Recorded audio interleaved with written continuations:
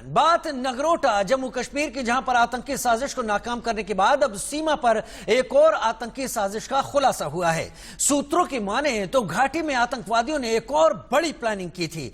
खुफिया विभाग ने पता लगाया है कि लश्कर तैयबा के आतंकवादी पाकिस्तान के शकरगढ़ में मौजूद हैं, 2 बड़े हमले की तैयारी कर रहे हैं और सभी आतंकवादी पठानकोट के बमियाल से घुसपैठ की फिराक में हैं। सभी आतंकवादियों को शकरगढ़ बेस से ऑपरेट किया जा रहा है। खुफिया विभाग को यह जानकारी भी मिली है कि हथियार सहित अन्य कंसाइनमेंट पाकिस्तान के नरवाल से पंजाब के डेरा बाबा नानक में ड्रोन के जरिए भेजने की तैयारी में है, जिससे वहां से जम्मू कश्मीर भेजा जा सकता है। बारामूला में आतंकवादियों की मूवमेंट भी नोटिस की गई है। पुंछ रीजन में भी घुसपैठ की कोशिश की और बैट के द्वारा अटेम्प्ट की जानकारी मिली है।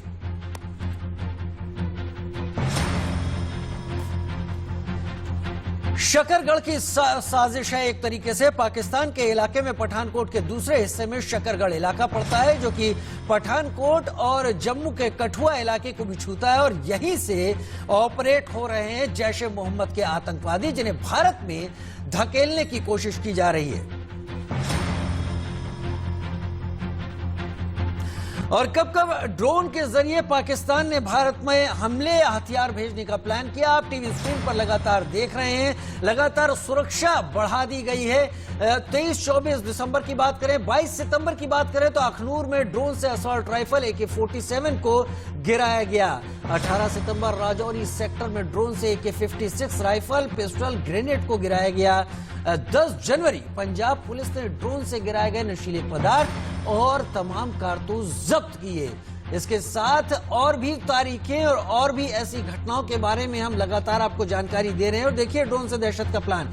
21 नवंबर पाकिस्तानी ड्रोन जम्मू कश्मीर के सांबा सेक्टर में देखे गए और सांबा सेक्टर ही वही इलाका है जहां से घुसपैठ की बात शुरू में देखी गई थी। राकेश कुमार सिंह हमारे साथ लाइव ज्यादा जानकारी के साथ जुड़ रहे हैं। राकेश कुमार सिंह, बात केवल ड्रोन के ऑपरेट करने के चलते भारत में हथियार गिराने या भारत में किसी आतंकवादी कार्रवाई को अंजाम देने की नहीं है। बात इसके साथ यह भी है कि पाकिस्तान जो LOC पर अब तक फायरिंग तेज कर रहा था, उसने इंटरनेशनल बॉर्डर पर भी अब यह हरकतें शुरू कर दी हैं। यानी एक बार फिर वो तमाम इलाके में आतंकवादी गतिविधियां देखना चाहता है और नगरोटा का हमला उसी की एक निशानी था, जिसको कि बेकार कर दिया गया सुरक्षा बलों की तरफ से। क्या जानकारी है सरकार के तमाम मंत्रालयों की तरफ से, क्या कर रही है सरकार?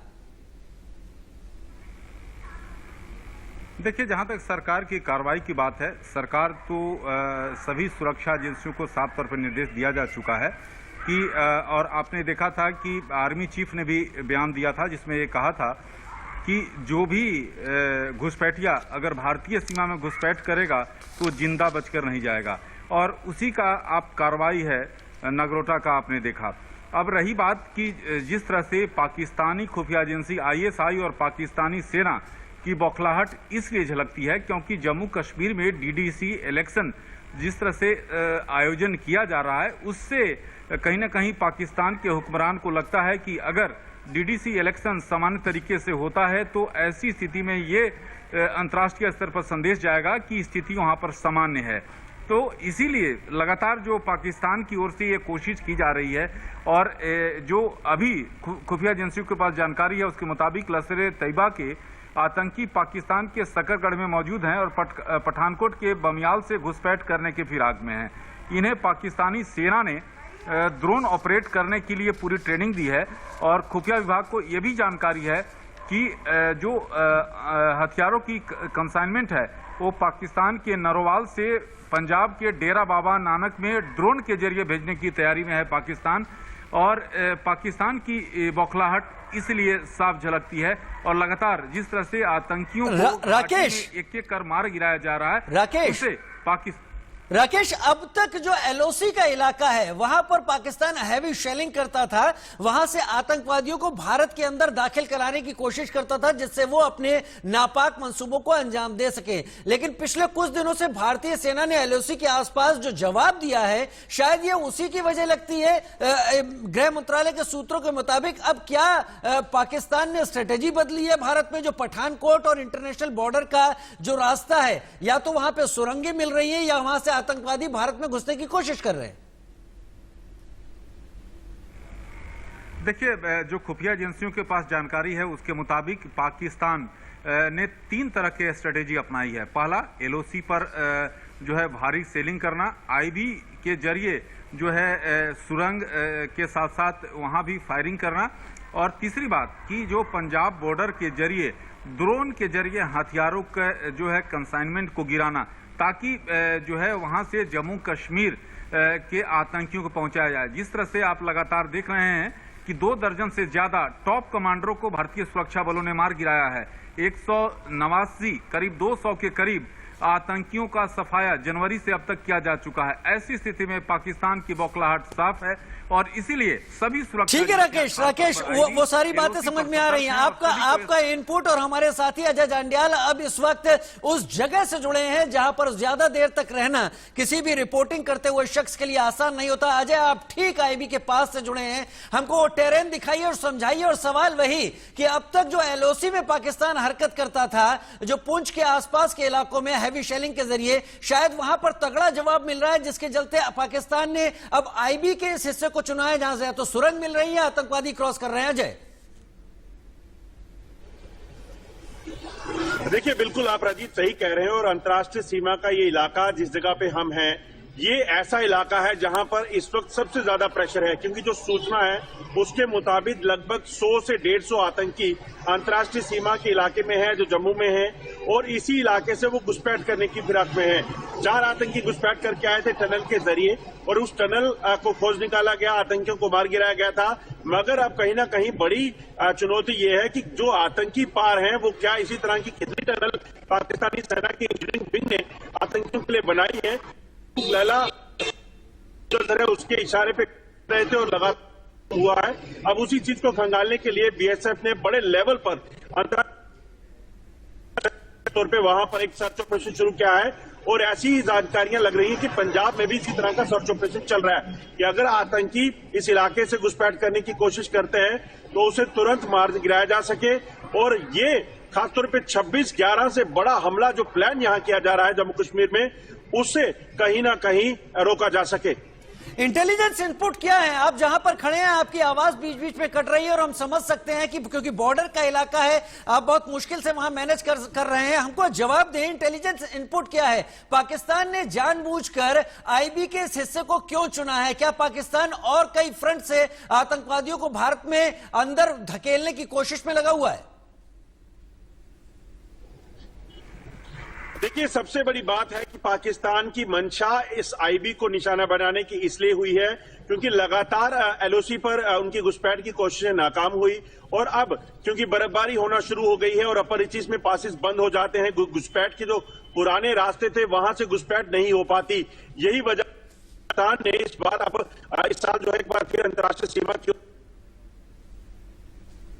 पाकिस्तानी रेंजर और पाकिस्तानी सेना के साथ साथ पाकिस्तान की बैट एक्शन टीम जो है, जो कि पहले फिदाइन हमले जो पोस्टों पे करते थे, सेना की चौकियों पर बॉर्डर पे हुआ करते थे, या फिर जो स्नाइपिंग किया करते थे, उनको लगाया गया है कि वो ड्रोन की मदद से हथियारों को पार करें और आतंकियों को ट्रेनिंग दे, खासतौर पे कमांडो ट्रेनिंग दी जाए, ताकि वो टनल और बाकी जो कठिन परिस्थितियां बॉर्डर की होती हैं वहां से घुसपैठ करके यहां आ सके। और जब तक स्नोफॉल चल रहा है तब तक एलओसी पे कहीं ना कहीं प्रेशर कम रहेगा और अंतर्राष्ट्रीय सीमा से घुसपैठ की कोशिशें तेज होंगी। यानी इसीलिए आईबी पर पाकिस्तान इस तरह की हरकतों को कर रहा है। राकेश हमारे साथ जुड़े हुए हैं। राकेश, अभी कुछ दिन पहले, यानी कल परसों की, जो कल ही की बात है, जो आईबी ने वहां पर आईबी पर एक सुरंग पकड़ी गई। वो सुरंग करीब 150 मीटर लंबी थी, और उस सब खुलासे के बाद ये बात सामने आई कि एक बड़ा बेहतर तालमेल वहां पर जम्मू कश्मीर पुलिस, बीएसएफ और सेना के तमाम अंगों के बीच में रहा है, जिनके इनपुट मिले और सब कुछ किया गया। तो पाकिस्तान को काउंटर करने के लिए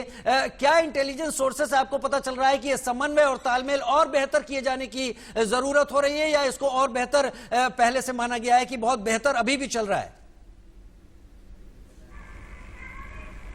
देखिए राजीव, नगरोटा में जो आतंकी साजिश को नाकाम किया गया है, उसमें सुरक्षा एजेंसियों के बेहतर तालमेल को आप समझ सकते हैं। किस तरह से IB, Jammu Kashmir police, CRPF और सेना के बीच में कितनी सटीक तालमेल थी, और जिसका परिणाम है कि जैश के चारों आतंकियों को मार गिराया गया। अब रही बात कि जो खुफिया एजेंसियों के पास जानकारी है, जिस स्पेसिफिक इनपुट का जो आज मैंने जिक्र किया है, जो खबर हम ITV नेटवर्क ने ब्रेक किया है, उसमें खुफिया एजेंसियों के पास स्पेसिफिक इनपुट है कि ड्रोन के जरिए भारी हथियार गिराने के फिराक में है। साथ ही साथ सकरगढ़ के इलाके से एक घुसपैठ की और कोशिश होगी। ऐसी स्थिति में स्पेसिफिक इनपुट के बाद नगरोटा को जिस तरह से नाकाम किया गया, उसी तरह से सभी सुरक्षा एजेंसियां जम्मू कश्मीर में, चाहे IB हो, LOC हो या घाटी में, तालमेल जो है खासतौर पर मोदी सरकार के नेतृत्व में तालमेल जो है सभी सुरक्षा एजेंसियों के बीच में खास तौर पर देखा जा रहा है, और उसी का परिणाम है कि करीब 200 आतंकियों को सफाया किया जा चुका है। ऑपरेशन ऑल आउट भी है, और सीमा पर LOC पर जो जवाब दिया जा रहा है उसी से पाकिस्तान इस वक्त बौखलाया हुआ है। बहुत शुक्रिया राकेश हमारे साथ जुड़ने के लिए, और जय जंडियाल आपका भी हमारे साथ जुड़ने के लिए। और अब बात इस वक्त की एक बड़ी खबर की, क्वाड देशों के साथ साझा युद्धाभ्यास के बाद अंडमान सागर से एक बार फिर ड्रैगन को चुनौती दी गई है। अंडमान सागर में सिटमैक्स 2020 के तहत भारत, सिंगापुर और थाईलैंड की नौसेनाओं ने युद्धाभ्यास किया। इन 2 दिवसीय सिटमैक्स 20 युद्धाभ्यास को शनिवार को शुरू किया गया था। इसका मकसद तीनों मित्र देशों के बीच क्षेत्रीय समुद्री सुरक्षा को मजबूत करना था। हालांकि कोरोना की वजह से इस युद्धाभ्यास को समुद्र तक ही सीमित रखा गया। इस युद्धाभ्यास में भारतीय नौसेना की पनडुब्बी विरोधी कमोटा और मिसाइल कोवेट फॉर्मूक ने हिस्सा लिया।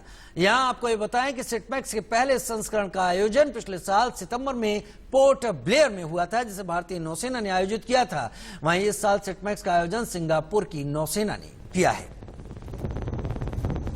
और सिटमैक्स आखिर है क्या, सिटमैक्स 20 है क्या, वो भी आपको बता देते हैं। इसमें भारत, सिंगापुर और थाईलैंड की नौसेनाएं युद्धाभ्यास करती हैं। स्वदेशी पनडुब्बी विरोधी कॉर्बेट कमोर्ता और मिसाइल कॉर्बेट इसमें शामिल होते हैं। क्वाड देशों के साथ अभ्यास के बाद सिटमैक्स 20 एक्सरसाइज को किया गया। युद्धाभ्यास में चीन के पड़ोसी देशों सिंगापुर और थाईलैंड को शामिल किया गया। सितंबर 2019 में पोर्ट ब्लेयर में पहला युद्धाभ्यास हुआ था, और इस साल युद्धाभ्यास का आयोजन सिंगापुर की नौसेना ने किया है। तो क्वाड के बाद, क्वाड यानी ऑस्ट्रेलिया, भारत, जापान और अमेरिका का यहां पर जो गठजोड़ है, उसके बाद सिटमैक्स 20 का ये यहां पर एक बार फिर से ये कोशिश की गई 2019 के बाद 2020 में।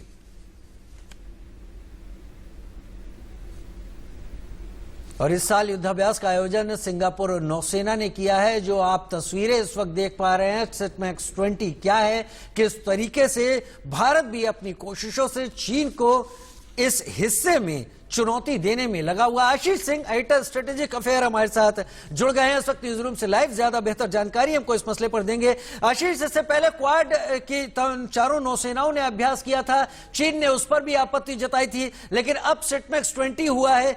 मैसेज क्या है और कितना बड़ा है? भारतीय नौसेना क्वाड मलबार एक्सरसाइज कर रही थी, तब 3 अलग अलग और एक्सरसाइज भी प्लान हो रहे थे। सिटमैक्स उनमें से, इन तीनों में से एक एक्सरसाइज है जो कि पिछले कुछ सालों से की जाती रही है। और दर्शकों को जैसे कि आपने एक्सप्लेन किया, सिटमैक्स 2020 अंडमान जो समंदर है, अंडमान निकोबार के पास में, वहां पर होगा। इसका साफ संदेश डायरेक्टली जाएगा चीन को।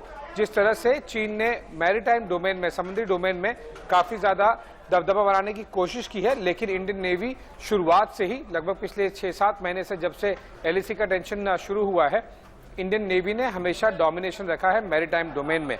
लेकिन ये रही बात सिम्बेक्स की, मैं आपको बता दूं, अंडमान में, जो कि इंडिया और सिंगापुर नेवी के बीच में होगा। ये बायलैटरल एक्सरसाइज है जो कि अगले मतलब 23 से 25 तक, यानी कि 3 दिन का ये एक्सरसाइज है। लेकिन ये होगा सिम्बेक्स 2020। और जैसे कि मैं बताया कि मलबार के अलावा और भी एक्सरसाइज लगभग साथ में या फिर कुछ दिनों बाद ही किए जा रहे थे, उसमें है सिटमैक्स 2020, वो भी अंडमान में होगा। और ये ट्रायलैटरल एक्सरसाइज है जिसमें अलग अलग देश, भारतीय नेवी, जिसे इंडियन नेवी के साथ में सिंगापुर और थाईलैंड की नेवी, ये तीनों की तीनों एक साथ में पार्टिसिपेट करेंगे। लेकिन जब हम देखते हैं कि अंडमान समंदर में, चाहे वो सिटमैक्स 2020 हो या फिर सिम्बेक्स 2020, बायलैटरल हो या ट्रायलैटरल, ये सारे एक्सरसाइज अंडमान और बेसिकली आसपास में जो इंडियन ओशन का इलाका है, वहां पर काफी ज्यादा फोकस कर रहे हैं। इससे एक क्लियर मैसेज जाएगा चीन को कि न केवल भारतीय नौसेना, बल्कि जो लाइक माइंडेड नेवी जिसे कहते हैं, वो देश जो कि डेमोक्रेसी में बिलीव करते हैं, उन सबकी नौसेनाएं भी भारतीय नौसेना के साथ में खड़ी हुई है। बहुत शुक्रिया Ashish Singh, strategic affairs editor, हमारे साथ जुड़ने के लिए और तमाम जानकारी लेने के लिए।